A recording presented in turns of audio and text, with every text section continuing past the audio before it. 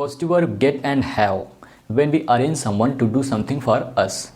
जब हम किसी व्यक्ति को अरेंज करते हैं अपना काम करवाने के लिए, तो ऐसे में हम पॉजिटिव वर्ब गेट या फिर हैव की मदद से सेंटेंस को बोलते हैं। तो आइए पहले रूल देखते हैं, उसके बाद कुछ एग्जाम्पल लेंगे। एग्जाम्पल की मदद से आप बेहतर तरीके से समझ पाएंगे। तो गेट के 2 रूल होंगे और हैव के भी 2 रूल होंगे। गेट का पहला रूल होगा एक्टिव सेंटेंस का रूल, दूसरा पैसिव सेंटेंस का रूल। तो पहले गेट का रूल देखते हैं। Subject plus gate plus main subject plus two plus verb की फर्स्ट फॉर्म प्लस ऑब्जेक्ट। अब इसका पैसिव देखते हैं। Subject plus gate plus object plus verb की थर्ड फॉर्म। हैव का रूल देखते हैं। Subject plus have plus main subject plus verb की फर्स्ट फॉर्म प्लस ऑब्जेक्ट। अब इसका पैसिव देखते हैं।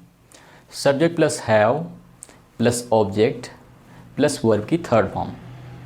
तो आगे मैं आपको बताने वाला हूँ इन 4 रूल का किस तरह से इस्तेमाल करना है, कहाँ पर कौन सी सिचुएशन में इनका इस्तेमाल करना है। तो आइए एग्जाम्पल लेते हैं।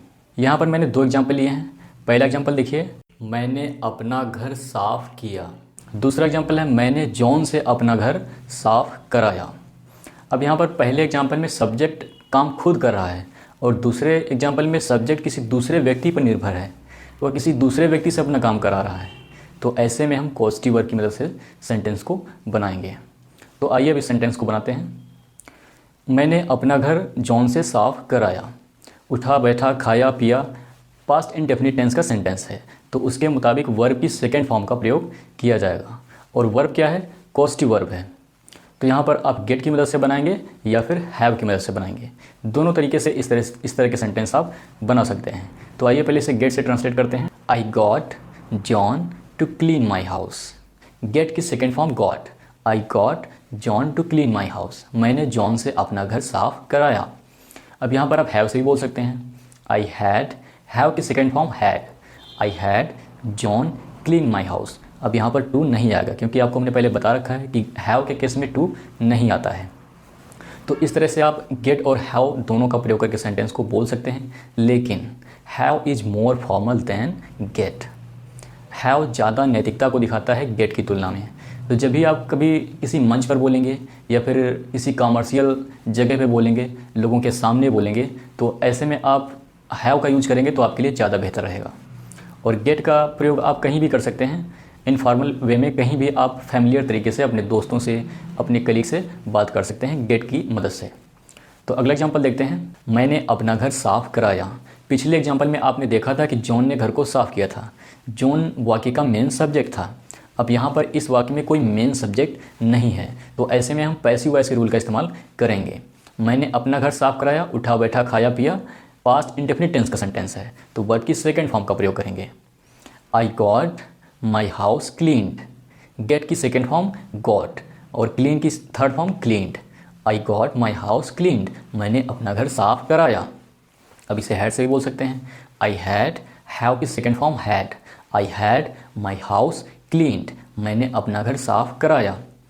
तो यहाँ पर आपने देखा कि जब वाक्य में मेन सब्जेक्ट होता है तो एक्टिव वॉइस के रूल के अकॉर्डिंग सेंटेंस को ट्रांसलेट करते हैं, और जब वाक्य में मेन सब्जेक्ट नहीं होता है तो पैसिव वॉइस के रूल के अकॉर्डिंग सेंटेंस को ट्रांसलेट करते हैं।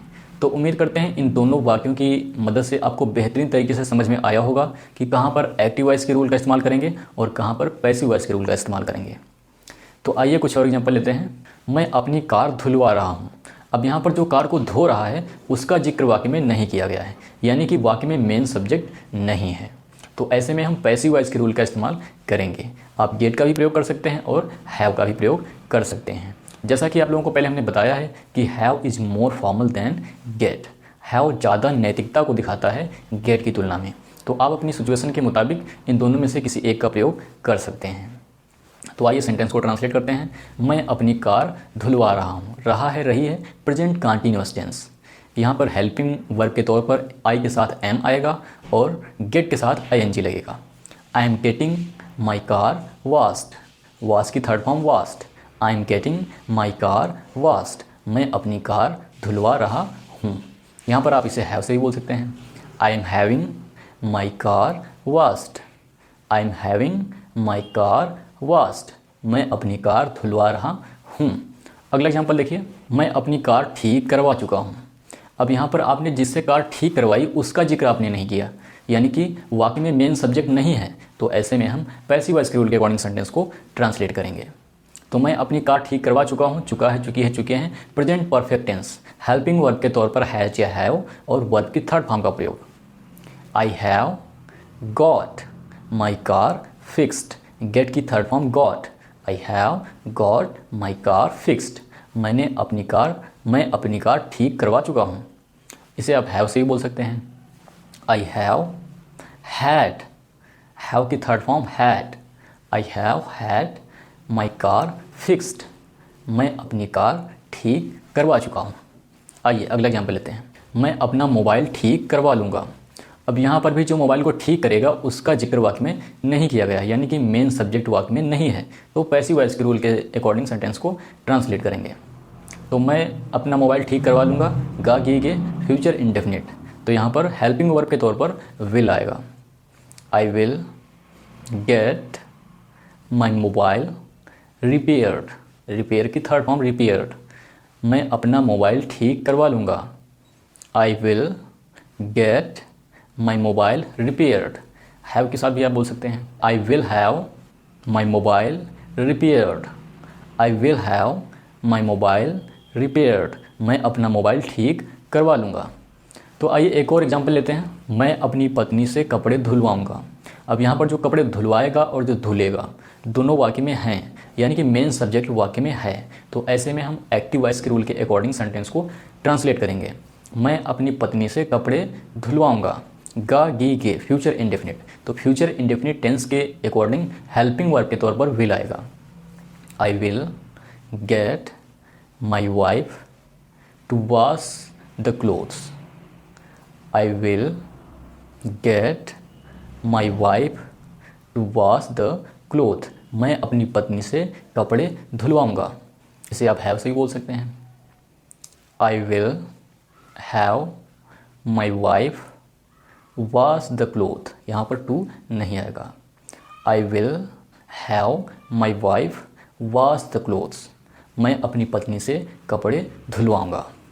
तो उम्मीद करते हैं गेट और हैव इन दोनों के बीच क्या डिफरेंस है और क्या इनका कॉन्सेप्ट है आपको बेहतरीन तरीके से समझ में आया होगा। तो उम्मीद करते हैं ये छोटा सा वीडियो आपके लिए हेल्पफुल होगा, आपको पसंद आया होगा।